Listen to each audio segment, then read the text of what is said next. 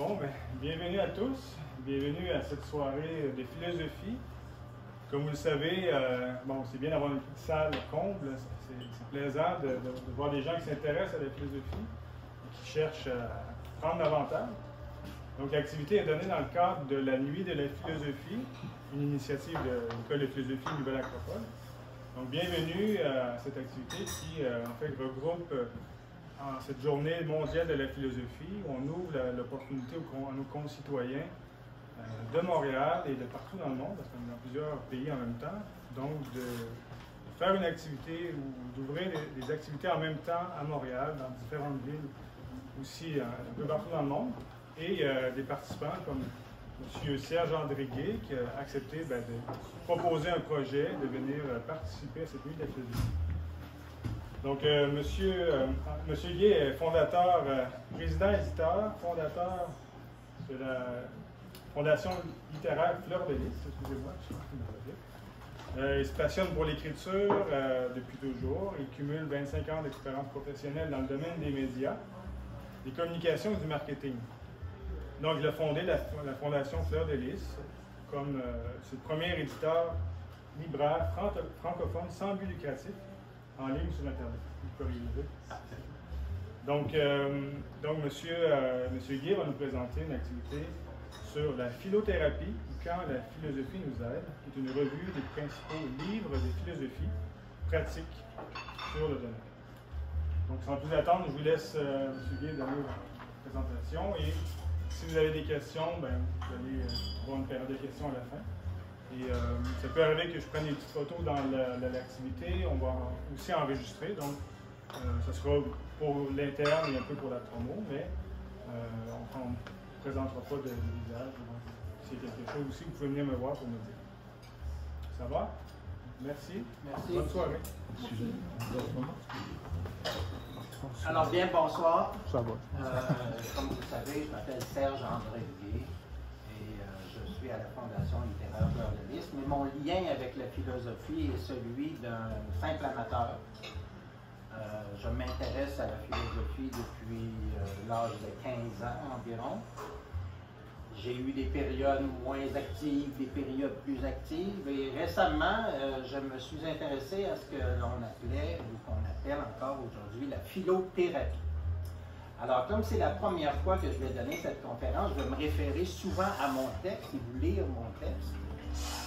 D'autant plus que j'ai avec moi une série de livres que j'ai amassés au cours des 2 dernières années qui traitent spécifiquement de la philothérapie. Et on va passer en revue chacun de ces livres-là par un extrait que j'ai choisi et que je vais pouvoir commenter et que vous allez pouvoir questionner à la période de questions. Ça vous va? Hein, ok, vous n'êtes pas mort, là? Okay. Alors, la référence à Socrate et à Platon, pour ceux qui sont familiers avec la philosophie, est omniprésente dans la philothérapie. On sait d'abord que le domaine de la consultation philosophique s'inspire des propos rapportés par Socrate au sujet de sa façon de pratiquer la philosophie dans la ville et comment il interrogeait les gens autour de lui et comment il pratiquait sa philosophie. En fait, Socrate n'a pas écrit un seul mot, c'est Platon qui nous rapporte tout ça. Donc, il y a place à l'interprétation. Ce que Socrate nous rapporte n'est pas nécessairement tout à fait conforme à la pratique même de Socrate. Ce que Platon nous rapporte n'est pas nécessairement... comment je disais ça? Conforme à ce qu'elle dit. Conforme à ce que Socrate disait. Alors, affirmation faite, passons à vite l'historique. En 1981, un philosophe allemand, le Dr. Gerd Achenbach, a été le premier à ouvrir une pratique philosophique en Allemagne. Dans son bureau, Achenbach a commencé à recevoir ceux qui cherchaient un certain type de conseils. Certains de ses clients avaient déjà essayé tout ce que la société d'aujourd'hui offre pour soulager les angoisses, les souffrances et les questions existentielles. Après le psychanalyste, le gourou, l'astrologue ou encore l'animateur d'atelier New Age, ils sont venus chercher l'aide d'un praxis de la philosophie, un praxis plutôt sceptique, à l'écoute sympathique. L'objectif d'Achenbach est d'offrir au public une alternative à la psychothérapie, mais pas une thérapie alternative. Il déclare explicitement que la pratique philosophique n'est pas du tout une thérapie. C'est très important. Parce qu'on va voir qu'on appelait ça la philothérapie et que désormais on appelle ça la consultation philosophique. On va voir pourquoi. En 1982, il a fondé la Société internationale de la pratique philosophique et Achenbach résiste à transformer son idée de pratique en méthode et préfère garder le style de conversation indéterminé et ouvert, ce qui n'était pas toujours le cas de Socrate. Néanmoins, on peut présenter des descriptions des signaux routiers qui donnent des directions à d'autres philosophes qui voudraient faire de même, comme lui, tenir un cabinet de consultation en philosophie. Le premier panneau routier qu'il donne, la communication sincère entre le praticien philosophique et le visiteur, basée sur une méthode au-delà de la méthode. Donc, on ne s'enferme pas dans une méthode ni dans une technique. L'importance du dialogue, comme ce qui anime et découle de l'être, on parle bien d'un dialogue. On ne parle pas d'un discours qui est prononcé à l'être à la personne qu'on rencontre sur le coin de la rue, comme Socrate le faisait. On ne peut pas tenir simplement un discours. Socrate dialoguait. Le troisième panneau routier que Achenbach nous donne pour pratiquer la philosophie de façon à donner des conseils en philosophie pratique, c'est l'aménagement, c'est-à-dire une recherche d'explication dans laquelle le praticien s'unit au problème, non pas en donnant sa propre compréhension de celui-ci, mais en donnant au visiteur une nouvelle impulsion. La composante innovante du dialogue comme quatrième point, l'élément d'émerveillement dans la pratique philosophique qui ne permet pas des points de vue fixes, des attitudes standards. Des philosophes inspirés par son exemple ont des bureaux maintenant au Canada, dans les Pays-Bas, en Norvège, en Autriche, en Suisse, en Israël. Et aujourd'hui, on peut dire que la pratique philosophique est un mouvement international. Marc Sautet est considéré comme le premier conseiller philosophique français. Aux États-Unis, il faut remonter à 1992 avec le philosophe Ran Lahave, qui lui aussi a donné dans la pratique philosophique.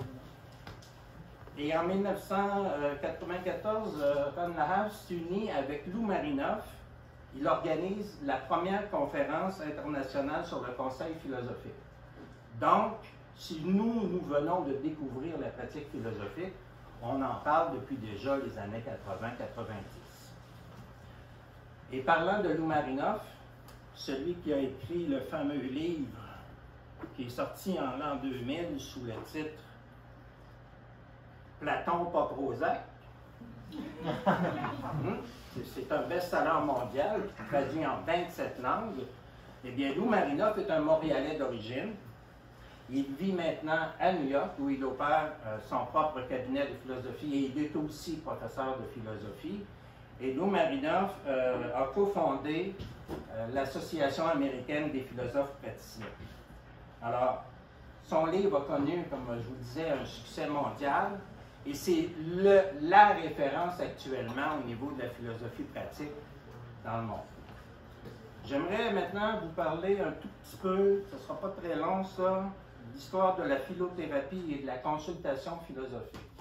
Dans certains pays, l'usage du mot thérapie est encadré par des règlements qui sont liés à des ordres professionnels, voire à des pratiques, voire liés à des lois dans les pratiques médicinales, dans la pratique de la médecine.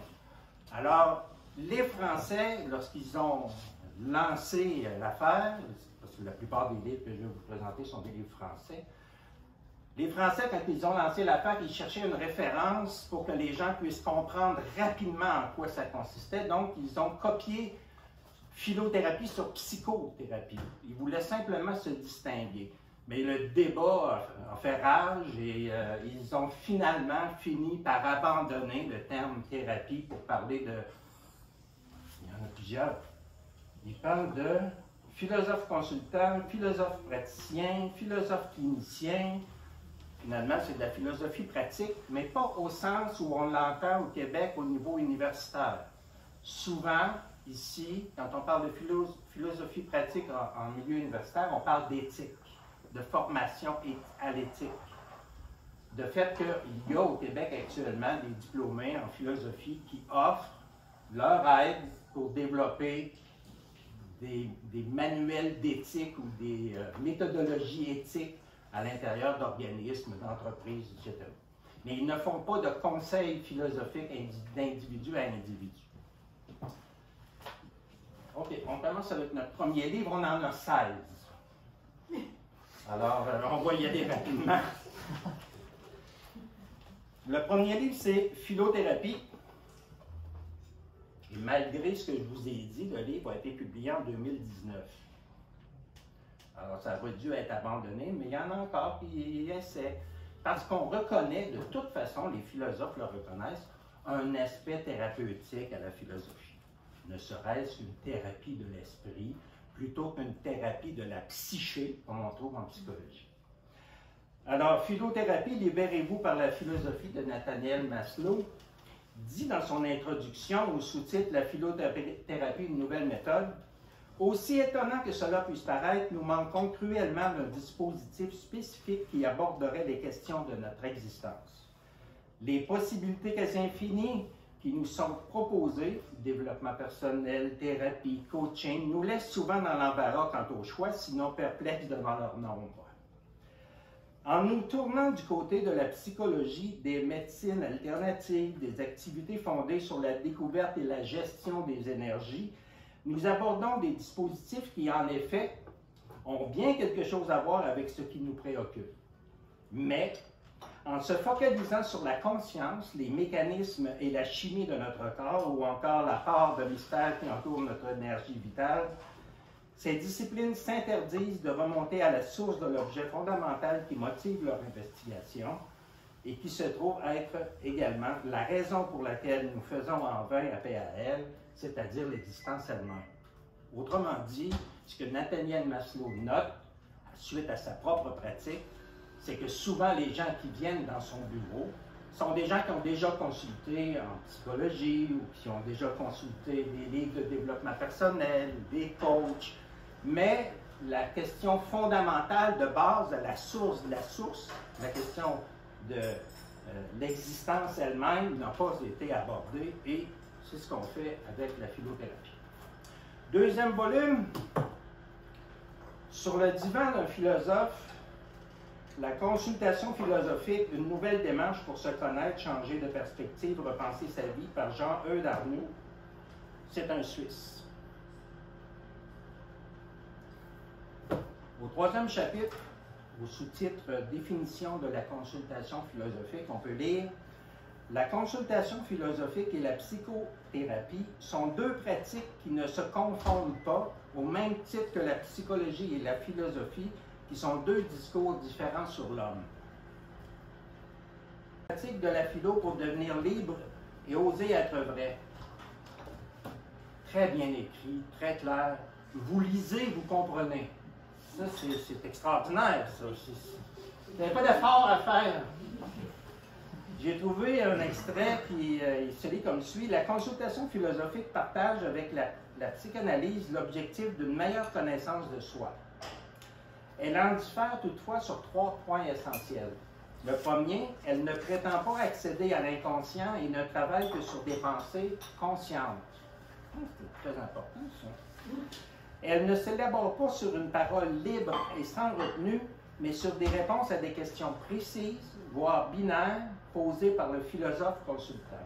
Et troisième point, elle utilise les compétences philosophiques que sont l'analyse, la synthèse, l'argumentation, la mise à jour des présupposés, la problématisation et la conceptualisation. C'est peut-être compliqué, là, mais vous allez voir que c'est pas si compliqué que ça quand on fait vraiment la différence entre philo et psycho, puis qu'on étudie le dialogue socratique. C'est une belle expression, là. Moi, j'ai un problème avec le deuxième point. Et je vais vous le relire, parce que je vais y revenir à la fin de la conférence. parlant de la pratique philosophique, de sa distinction avec la psychanalyse, elle ne s'élabore pas sur une parole libre et sans retenue, mais sur des réponses à des questions précises, voire binaires, oui ou non, posées par le philosophe consultant. Je vous laisse là-dessus, on va y revenir. Autre livre, La consultation philosophique lors déclarée l'existence d'Eugénie toujours, il faut qu'il n'y ait pas mis un R là. Eugénie Veuglioris.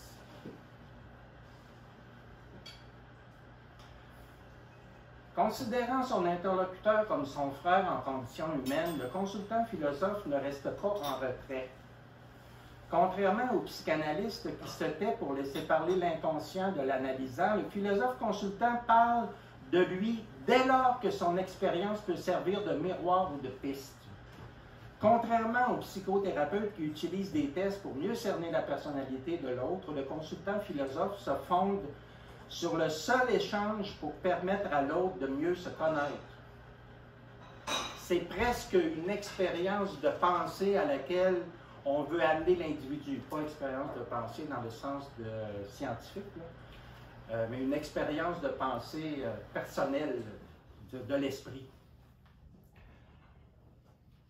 Libre de toute contrainte technique prédéfinie, se méfiant de tout protocole et de toute procédure, le consultant philosophe respecte seulement quelques règles de méthode, exigence de clarté, ouverture à la remise en question, confrontation avec soi à travers une communication authentique avec l'autre et réciprocité. La consultation philosophique, le philosophe consultant et son client, si on peut parler de client, n'est pas plus solide que son lien le plus faible. De fait, la science du bonheur s'appuie sur de nombreux postulats sans fondement, sur des incohérences théoriques, des insuffisances méthodologiques, des résultats non prouvés et des généralisations ethnocentriques et abusives.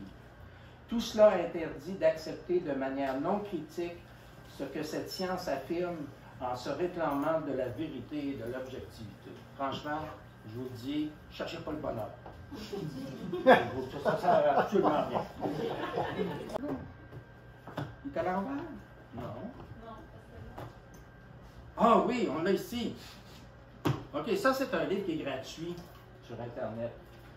Le pendant européen de Lou Marinoff, c'est Oscar Brunifier. Oscar Brunifier, c'est un adepte de Socrate. Alors, il a écrit, vous voir, La consultation philosophique. Et aussi un autre livre qui s'intitule L'art de la consultation philosophique. Et il a ses adeptes. Comme par exemple, ici, il y a quelqu'un qui a publié avec le même titre, L'art de la philosophie pratique. Et dans celui-là, on lit la dédicace. Je tiens tout particulièrement à remercier mon ami et mentor Oscar Brunifier, le plus fidèle héritier moderne de Socrate et l'initiateur de cette méthode. Un peu trop. Oscar, n'oublie pas de m'inviter pour que je fasse ton apologie quand on te fera boire la ciguë. OK. J'ai eu un gros problème avec ce livre-là. C'est le livre le plus dense que j'ai jamais lu de ma vie. Oui, il s'agit de se concentrer et de le lire pour comprendre, mais on ne peut pas lire plus de 3 pages. Même 2,5, c'est déjà beaucoup. Il dit, comme dans toute activité philosophique, l'entretien privé évitera de se cantonner à la narration d'événements vécus, à l'énumération d'impressions et de sentiments personnels, ainsi qu'aux associations d'idées. Non pas que ces types d'échanges soient eux-mêmes dépourvus d'intérêt, mais simplement parce que la philosophie, comme toute activité, est dotée d'exigences propres. Elle exige avant tout l'analyse, la délibération et la construction d'une pensée. Pour ce faire, 3 composantes nous semblent indispensables à divers et variables degrés. 1.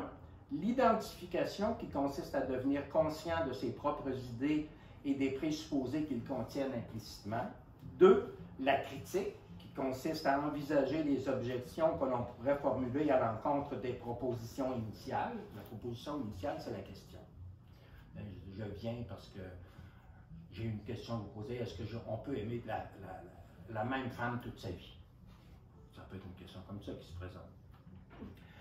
La conceptualisation, qui consiste à émettre de nouvelles idées capables de prendre en charge les problématiques ayant pu émerger au cours de ce processus analytique. Bien entendu, cela suppose une indispensable capacité de distanciation face à soi-même, identique en réalité à celle exigée lors de toute discussion digne de ce nom. Exigence plus laborieuse que l'on ne le pense. Mais il est clair que la pratique de la philosophie implique de pouvoir agir au niveau du conscient et de pouvoir raisonner sur soi, ce qui n'est pas donné immédiatement à tous, en particulier lorsque des processus pathologiques et récurrents parasitent le fonctionnement de l'esprit individuel. Donc, ce qu'il faut retenir là, dans la dernière phrase, là, en particulier lorsque des processus pathologiques, là, ça veut dire biologiques, je veux dire une maladie, on ne traite pas la dépression en philothérapie. Le philosophe ne traite pas la dépression, ne traite pas quelque maladie mentale que ce soit. Nous y reviendrons. La philothérapie, en 2007, celui-là. Excusez-moi. Vous avez comme présenté 2 livres en même temps. Oui. Vous avez dit que vous l'avez haï. Est-ce que c'est le petit ou c'est le cartable? L'élève et le maître. Les deux. Rien à faire, là, il a copié l'autre. En fait, mon opposition, c'est que c'est très dogmatique. On va revenir à ça. La philothérapie, Éric Suarez, 2017, aux éditions IROLL. Je n'ai jamais su comment prononcer ce mot-là. E-Y-R-O-L-L-E-S.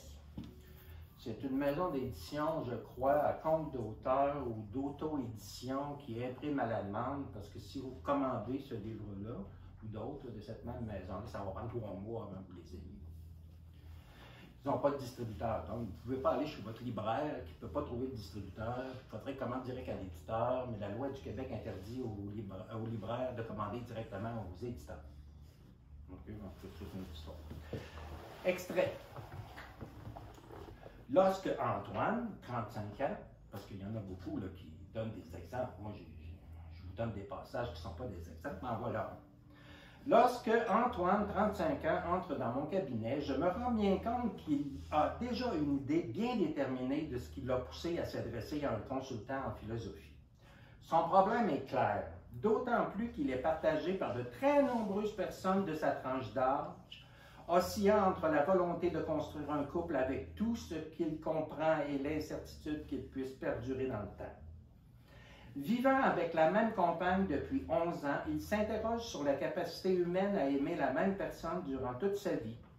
Je remarque immédiatement une véritable angoisse face à ce questionnement, une peur peut-être de perdre son temps en compromis sans savoir s'ils serviront réellement à quelque chose.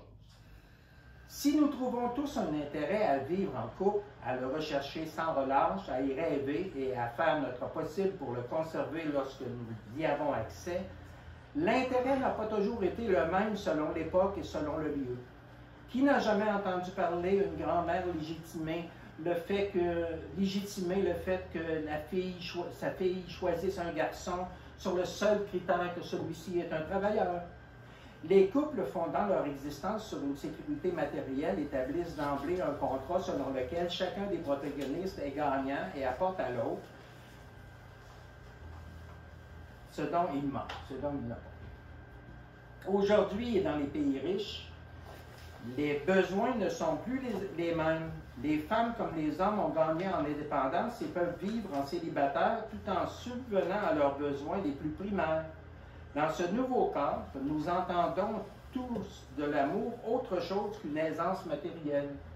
L'individualisme, c'est-à-dire cette propension qu'a l'homme moderne à pouvoir et à vouloir exprimer ce qu'il est au plus profond de lui, semble plus difficilement compatible aujourd'hui qu'hier avec une vie de couple entendue pour la vie. Alors ça, c'est le genre de rapport que vous allez trouver dans ces livres-là. Il y en a plusieurs, il y en a qui vont faire un verbatim de la consultation, ils vont faire, dans le verbatim, ils vont dire, bon, ben là, je suis intervenu, j'ai dit telle chose par rapport à telle autre chose, bon, etc. Autre livre. Où est-il? Ici. Celui-là, il est drôle. C'est un livre humoristique. Écrit sous un pseudonyme Oreste Syndrome. Un bonhomme très populaire, vous savez, il a écrit beaucoup de volumes sur différents sujets, mais celui-là, Comment choisir son philosophe, guide de première urgence à l'usage des angoissés métaphysiques. C'est vraiment drôle quand j'ai écrit à l'auteur pour lui dire que je venais de publier un rapport de lecture, je vous en parlais tout à l'heure, un rapport de lecture de son livre. Il dit que je suis allé dans ma bibliothèque, ça fait 10 ans que j'ai écrit ça, j'ai ri comme un fou. Effectivement, c'est drôle du début à la fin. Il nous parle de la vie personnelle et professionnelle des philosophes. Et d'après ce que je peux voir, on ne peut pas les suivre dans leur vie personnelle, parce qu'il n'y a pas grand monde qui ont eu une vie philosophique ou sage dans ces gens-là, que ce soit Heidegger, hein, qui a mal fini avec sa sœur, là, fou dans un auberge, une auberge chez lui. Mais elle faisait venir des gens pour le visiter, elle faisait payer des gens. Ah, c'était important. De ce livre-là, je retiendrai une seule chose, le tableau à la dernière page. J'ai dit, enfin, quelqu'un qui publie un vrai tableau, hein, c'est fantastique. Bon, vous avez besoin de tranquillité, vous allez vous tourner vers l'épicurisme. L'effet, c'est que ça va chasser l'angoisse et le souci, jouir du présent, et puis vos produits sont Épicure et Lucrèce. Si vous avez un problème avec les narcotiques, vous allez vous tourner vers le scepticisme,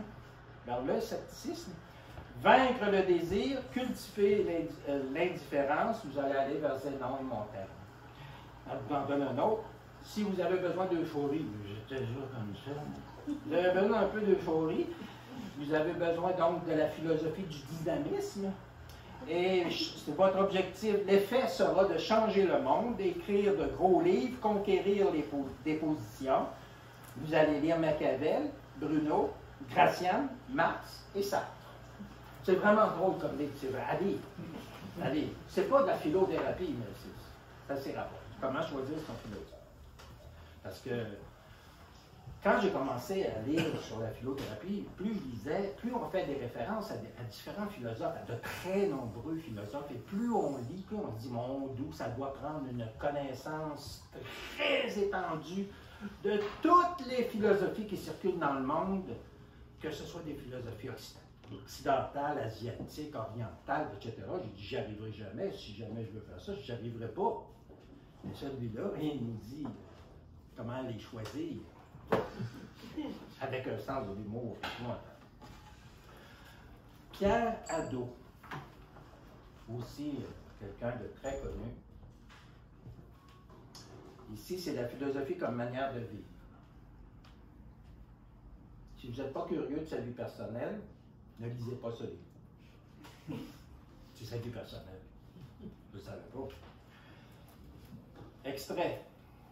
Je veux dire donc que le discours philosophique doit être compris dans la perspective du mode de vie dont il est à la fois le moyen et l'expression, et, en conséquence, que la philosophie est bien avant tout une manière de vivre, mais qui est étroitement liée au discours philosophique. Hadot, c'est lui qui a poussé le fameux mouvement « La philosophie ». C'est pas juste un enseignement, c'est pas juste une connaissance théorique. La philosophie, c'est une manière de vivre. Et c'est lui qui a tenu ce mouvement-là sur la scène mondiale. Il est décédé il n'y a pas très longtemps. C'est très intéressant comme volume, et comme je vous dis, ce sont des entretiens avec Pierre Hadot. Alors, il parle beaucoup de sa vie personnelle, qu'il est à prêtre, qu'il a défroqué, qu'il s'est marié, bon, etc. La philosophie, un art de vivre, paru cette année. C'est un collectif Et je vais vous lire un extrait. Philosopher ou vivre avec philosophie. C'est le sous-titre. Ainsi s'agissait-il moins de philosopher que de vivre avec la philosophie. Il n'y avait pas de philosophie sans vie philosophique. On reconnaissait un philosophe à sa façon de se conduire conformément à une éthique de l'existence. Comme le dit Plutarque, c'est la pratique de vie quotidienne de Socrate qui est sa vraie philosophie. Que s'est-il passé pour que la philosophie, d'abord amour de la sagesse, soit réduite à un pur exercice de pensée et de langage qui n'incite plus à vivre sagement, qui ne guide plus nos vies pour qu'elles soient meilleures? Pierre Hadot, il se réfère à Pierre Hadot, Pierre Hadot nous explique l'histoire de la rupture entre la vie philosophique et le discours philosophique. Avec le Moyen Âge, on assiste à une séparation radicale du mode de vie philosophique, qui fait désormais partie de la spiritualité chrétienne, et du discours philosophique qui devient un simple outil théorique au service de la théologie. La philosophie se réfugie dans les universités où il ne s'agit plus, comme dans l'Antiquité, de former des hommes, mais des professeurs qui formeront à leur tour des professeurs. C'est sérieux. Autrement dit, avec le Moyen Âge, la philosophie antique a été récupérée par Jésus et par tous les autres. Là. Un dernier livre. Non, un avant-dernier. Socrate à l'Agora, paru cette année, chez Vrin. Vrin éditeur, ils ne font que des livres de philosophie. Ils ont une librairie que de livres de philosophie. Mais ils ne répondent jamais à leur courriel. Alors, j'ai contacté M. Mike DeMoore, qui est l'homme qui a dirigé ce collectif. Et je vous lis un extrait qui va vous ramener à ce que je disais tout à l'heure sur le fait que Oscar Brunifier, avec Socrate, était très dogmatique. Je vais vous lire l'extrait.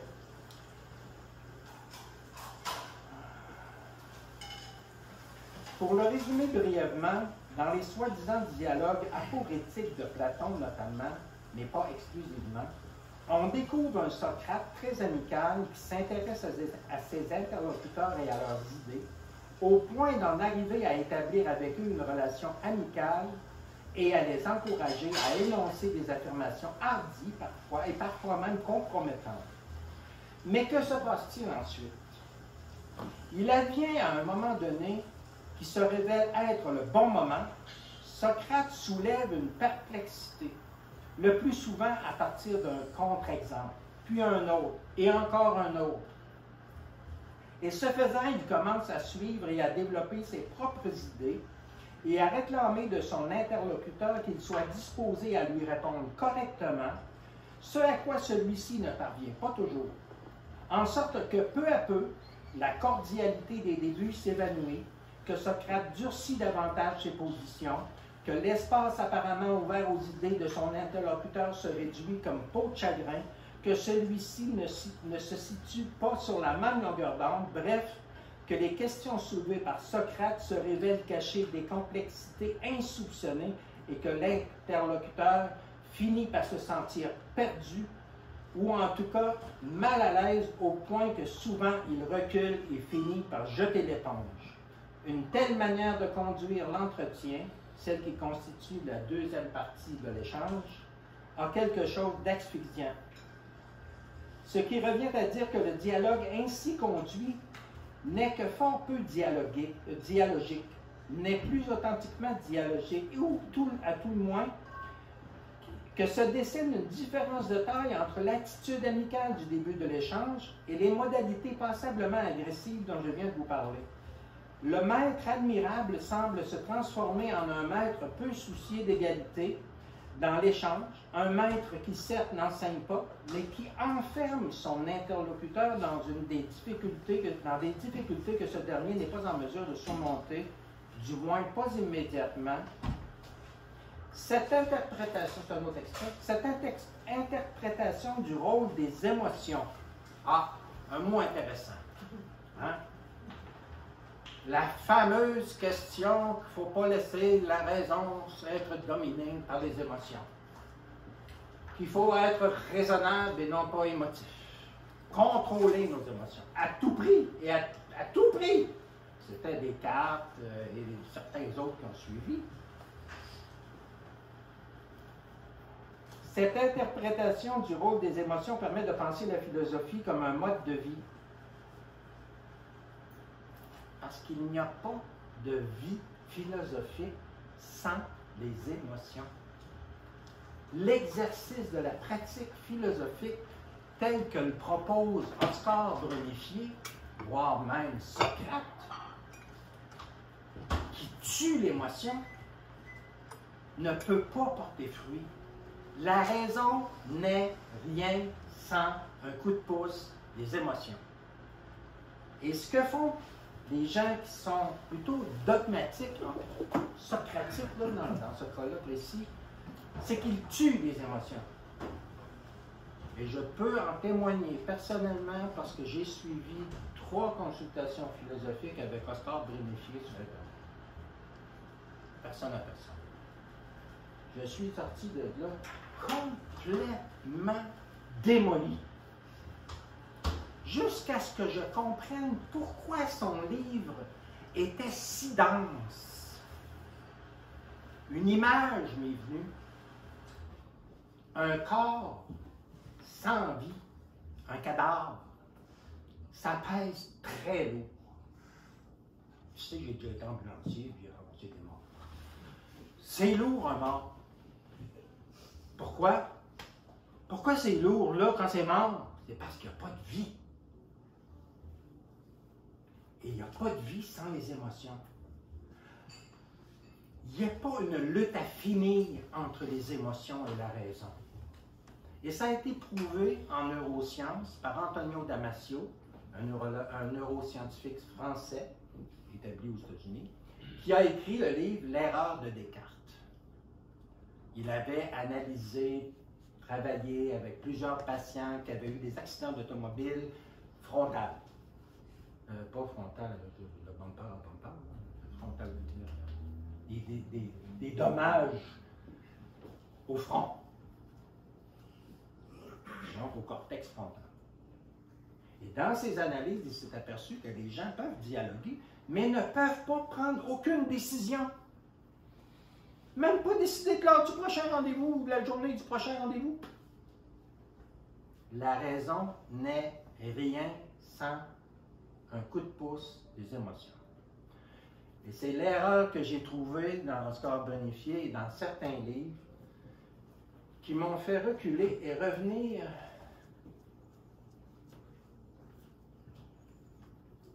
le cortex frontal, c'est une partie qui gère nos émotions. Oui. Et revenir en Amérique du Nord, enfin, avec Lou Marinoff. Parce que c'est vrai, ces livres-là ont été écrits dans un contexte européen. La consultation philosophique a été faite dans un contexte européen. C'est bien fait, c'est intéressant. Quelques-uns ont été rejetés. Mais, en Amérique du Nord, Lou Marinoff n'a jamais, depuis Platon pas Prozac, il n'a jamais rejeté la part émotive dans le dialogue.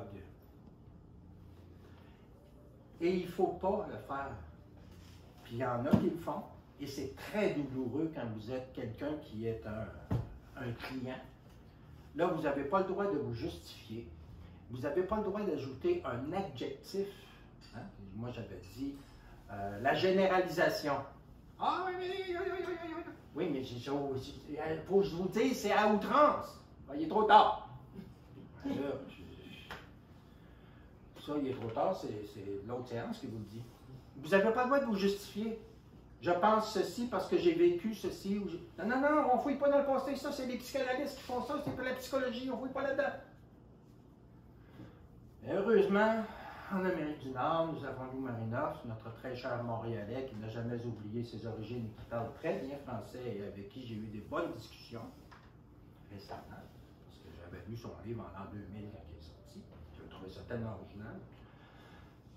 Et Lou Marinoff nous dit qu'effectivement, sur la scène internationale, à l'heure actuelle, il y a un débat entre l'approche socratique dogmatique, c'est-à-dire sans émotion, qui pousse la personne dans un coin, c'est presque un viol de l'esprit. Je l'ai déjà fait, je le regrette, avec certaines personnes. J'avais pas beaucoup de temps, j'ai violé l'esprit de la personne.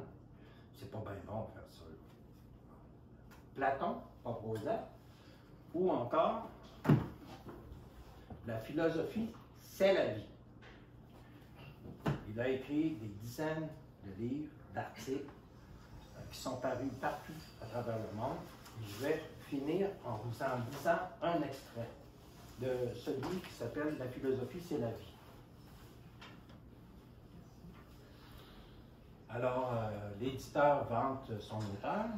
Lou Marinoff est un indispensable compagnon de voyage, toujours enchanteur, toujours téméraire, c'est un éveilleur.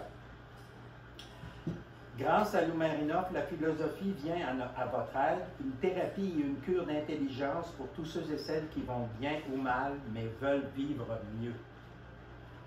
Comment puis-je connaître le bonheur, vaincre le malaise, être juste, équilibrer la raison et la passion? Comment puis-je changer? Telles sont les questions qui agitent notre existence quotidienne. Telles sont aussi les questions auxquelles répondent les grands philosophes.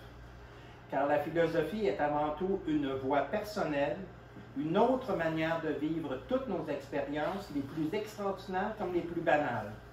À travers des siècles de sagesse, avec Lou Marinoff, prenez Épicure, Descartes, Nietzsche, Freud et les autres comme conseillers. Grâce à des citations pertinentes, des commentaires éclairants, des cas concrets, des exercices pratiques, apprenez à vous redécouvrir et à vous reconstruire, à vous réaliser et à vous épanouir, car pour nous aussi, changer commence aujourd'hui. OK. Un dernier. Mais si vous avez juste besoin de parler à quelqu'un de votre situation afin de lui trouver un sens ou de distinguer les multiples significations qu'elle revêt en termes de valeur et de but, le philosophe pourrait bien, dans ce cas, être la personne qu'il vous faut.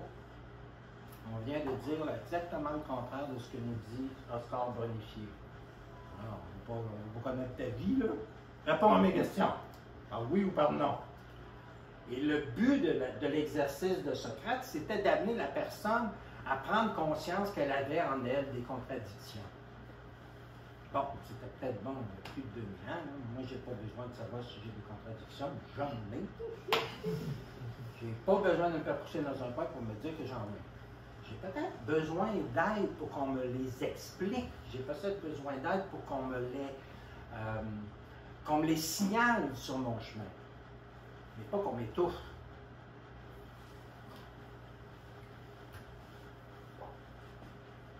Dans les mondes anciens et tout au long de l'histoire, les philosophes ont été ouverts au traitement des maladies de l'existence. Pourtant, dans le monde actuel, ils se montrent incroyablement inaccessibles et peu concernés par ces problèmes. Il manque aux gens le type de conseil que le philosophe peut prodiguer, la diversité des perspectives qu'il peut proposer. Les 10 dernières années, on a vu la philosophie pratique accomplir un retour impérieux. Des philosophes se sont affirmés en tant que consultants auprès de personnes privées, de groupes et d'associations. Certains d'entre eux forment désormais des élèves à la philosophie pratique en complément du rôle de professeurs qu'ils jouent à l'université et au collège. Je vous ai parlé d'Achenbach, qui était le philosophe allemand qui a lancé le premier cabinet de consultation philosophique de l'ère moderne, parce qu'il y en a eu dans le passé aussi, de l'ère moderne.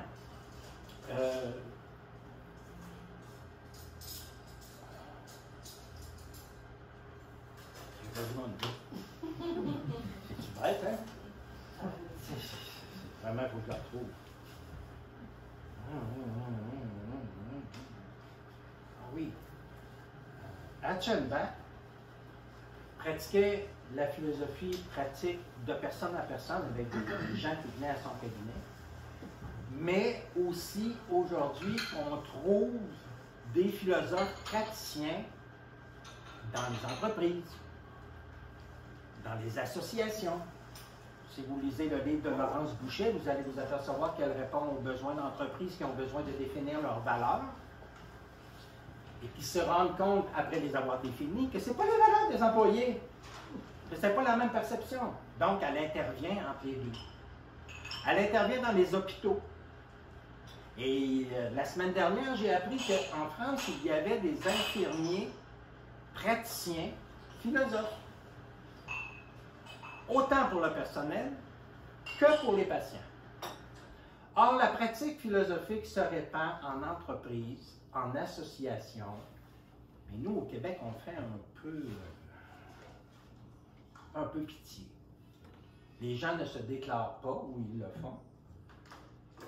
Et quand on parle à Oscar Bonifié, qui les connaît tous, ou à Lou Marinoff, qui les connaît tous ici, en Amérique du Nord et ailleurs, on voit que le Québec est parent pauvre de cette discipline. Mais Achenbach a donné naissance, et c'était là mon idée, je l'ai trouvé.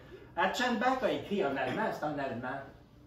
Ses livres n'ont jamais été traduits en français. Jamais. Par contre, ils ont été traduits en italien, en portugais, en toutes les autres langues. Pas en français. Et en italien, il a eu un tel impact que maintenant, dans 3 universités italiennes, on trouve des cours de formation de philosophes praticiens. C'est très intéressant d'avoir ça. On a à l'Université de Sherbrooke quelqu'un qui enseigne la philosophie pratique, mais comme je vous disais, un département de philosophie pratique, un cours, un diplôme, un baccalauréat, je ne me souviens pas, à l'Université de Sherbrooke, on a la philosophie pratique, mais c'est de l'éthique. C'est pas la même chose que ce qu'on trouve en Italie, par exemple. Alors, j'ai terminé. Ça fini, bye de même.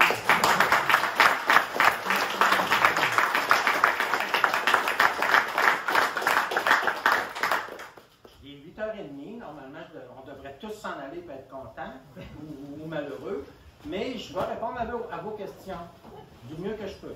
Oui. Merci pour tout ce voyage à travers la philothérapie. J'ai remarqué, pendant que vous parliez, la présence d'un jeune enfant dans l'audience. Je me suis rappelé un livre que j'ai lu, Le racisme expliqué à ma fille. Est-ce que vous pouvez expliquer aux jeunes, qui étaient braves de rester pendant toute votre conférence, expliquez-lui ce que c'est la philothérapie, pour qu'il le transmette à ses camarades demain matin? Plutôt que d'aller voir un psychologue, va voir un philosophe. C'est tout. Autre question?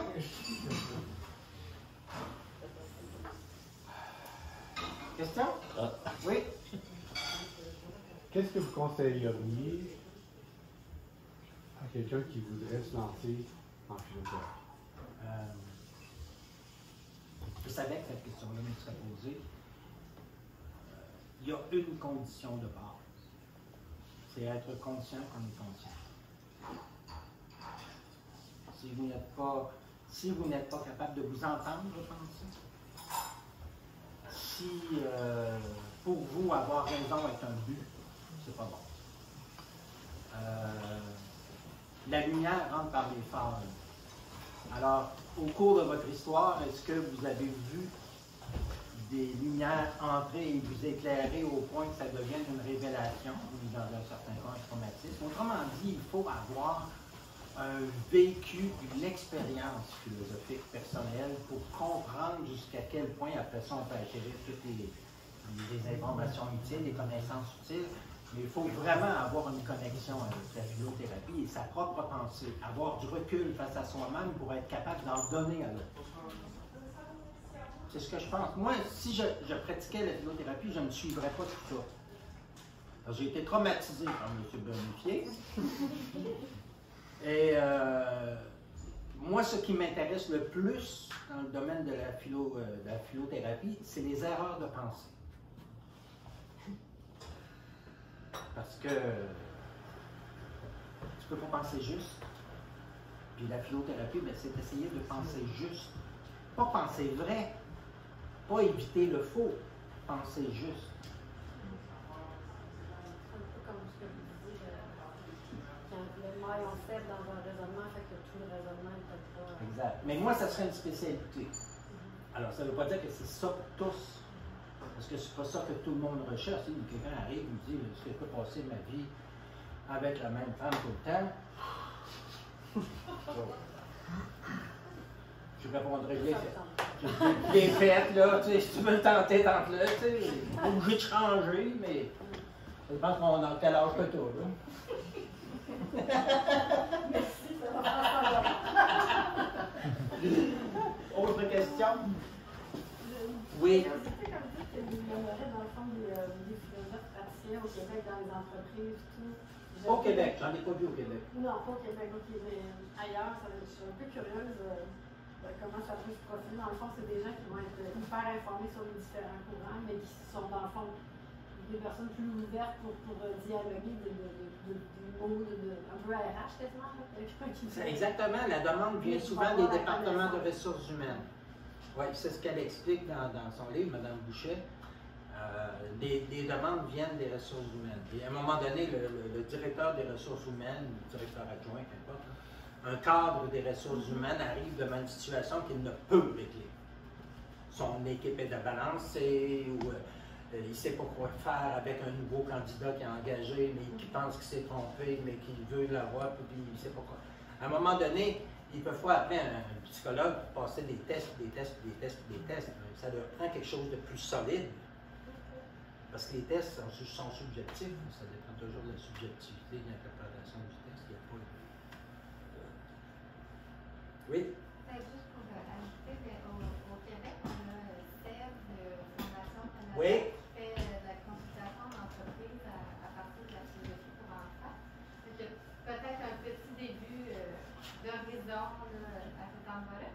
Peut-être ajouter, je ne sais pas si vous l'avez lu, de Julie Tremblay, la philosophie comme solution au mal de ville. Non, je n'ai pas lu ça. Vraiment excellent. Si ça peut rajouter dans la liste, ça se rapproche un peu de tout ça. OK. Puis j'avais fait une question, les courants de self-care en philosophie féministe, je ne sais pas si ça pourrait rentrer un petit peu dans la phyllothérapie ou consultation pratique. En philosophie, il y a deux choses. En fait, on dit, c'est M. Horace Syndrome qui dit, la philosophie n'existe pas. Et les philosophies existent. Moi, je vous dirais qu'il y a des philosophies. Il s'agit d'être capable de faire les distinctions entre chacune, ce qui n'est pas aisé de commencer à lire et à analyser tout ce qu'a écrit Platon, tout ce qu'a écrit Sénèque, tout ce qu'a écrit Épicure, etc., à venir jusqu'à nos jours, Rousseau, Pascal et tous les autres. On ne peut pas, c'est presque impossible. Alors, il y a une entrée soit dans une philosophie. Moi, je ne suis pas rentré dans une philosophie, je suis rentré dans la philosophie, celle qui n'existe pas, selon les experts. Mais effectivement, moi, je m'intéresse beaucoup plus au système de pensée, à la pensée elle-même, comment c'est fait, comment c'est bâti, si c'est ouvert, si c'est fermé, c'est ça qui m'intéresse le plus. Mais je ne peux pas répondre à votre question sur une philosophie en particulier. Oui? Oui, donc je voulais juste un peu rajouter, on parlait d'Épicure, je pense qu'il y a un gros mouvement sur le stoïsme qui devient de plus en plus populaire, peut-être pas en phyllothérapie en tant individuel, mais on parle par exemple de Ryan Holiday qui fait beaucoup de podcasts, de choses, mais qui aussi, il y a des contrats avec des gouvernements et des entreprises. Et je me demandais s'il y avait peut-être d'autres types de philosophies. On parlait beaucoup de Socrate durant mais je pense que le stoïsme maintenant c'est quelque chose qui est beaucoup utilisé, peut-être en self-help, mais qui apporte vraiment, qui remplace un peu certains côtés thérapeutiques de d'autres pratiques. Ah, j'ai dû parler beaucoup de Socrate parce puis les gens parlent beaucoup de Socrate parce qu'on le reconnaît comme le père de la philosophie, mais en fait il y avait des gens avant lui, puis il y a eu des gens après lui. Hein. C'est juste parce que lui, on a fait une vedette. Mais toutes les philosophies antiques qui se retrouvent aujourd'hui en adaptation avec notre monde ne sont pas d'après moi. Ça dépend. C'est un choix. Il y a un choix personnel dans la philosophie. Hein. Si vous suivez Descartes, c'est un choix. Si vous suivez Socrate, c'est un autre choix. Si vous suivez Rousseau, c'est un autre choix. Il y a des choix personnels en philosophie. Oui?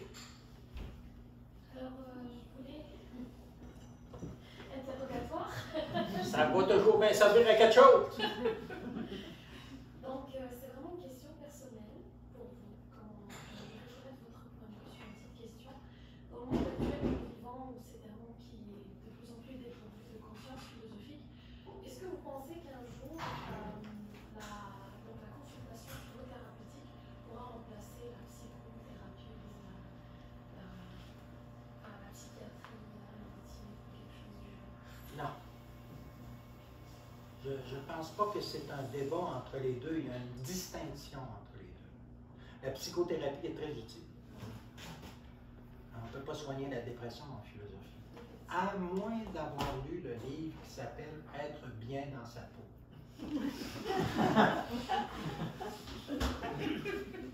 Celui-là, vous allez vous rendre jusqu'à la page 8. Et à la page 8, il y a une série d'erreurs de pensée qu'ils ont analysées en université pour se rendre compte qu'elles étaient communes à tous les gens qui faisaient des dépressions. Mais je parle plus de pathologie. Je ne vais même pas utiliser le terme pathologie. Je parle de déséquilibres mineurs qui peuvent très bien être réglés avec des consultations phylothérapeutiques plutôt que directement aller sur la psychothérapie. Voilà ce que je veux dire. Parce qu'aujourd'hui, par exemple, si je prends un exemple tout simple, mais qui aujourd'hui prend de plus en plus de place, l'hypnothérapie. Aujourd'hui, l'hypnothérapie qui était peut-être 50 ans ou 60 ans en arrière, quelque chose qui est vraiment inadmissible dans le côté médical, enfin le côté psychiatrique aussi, aujourd'hui prend de plus en plus de place et arrive à se faire une place dans ce monde thérapeutique, juste en stimulant le subconscient plutôt que, je ne sais pas moi, donner des antidépresseurs à tout va ou bien des somnifères à tout va. C'est-à-dire. Oui, mais là, vous entrez dans un domaine de la médecine qui est propre à la médecine, qui a ses. Bon, la psychothérapie, la psychologie a ses propres problèmes. C'est pas nécessairement une science exacte. Hein? On n'est pas dans une science pure, on n'est pas dans une science physique, quoique il y a un apport intéressant avec les neurosciences. Mais la philosophie ne peut pas intervenir dans des pathologies. Ça, c'est...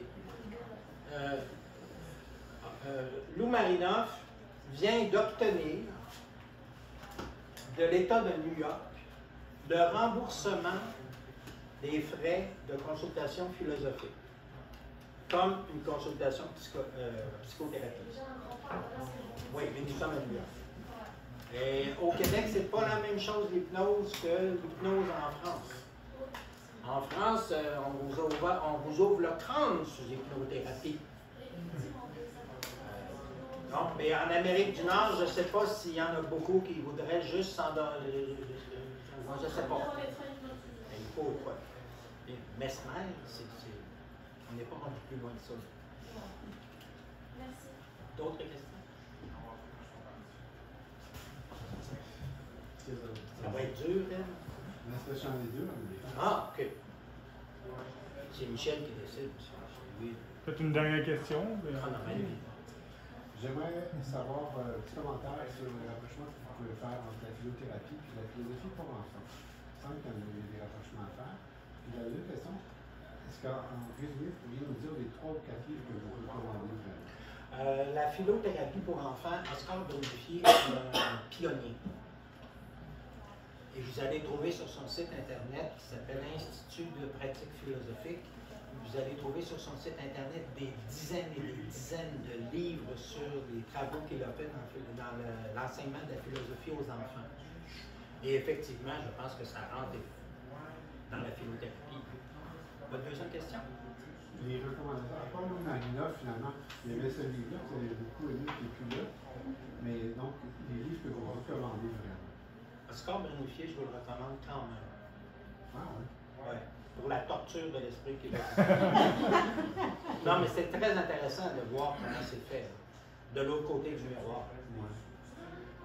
Mais Laurence Boucher, comme je vous disais tout à l'heure, on le lit et on a compris.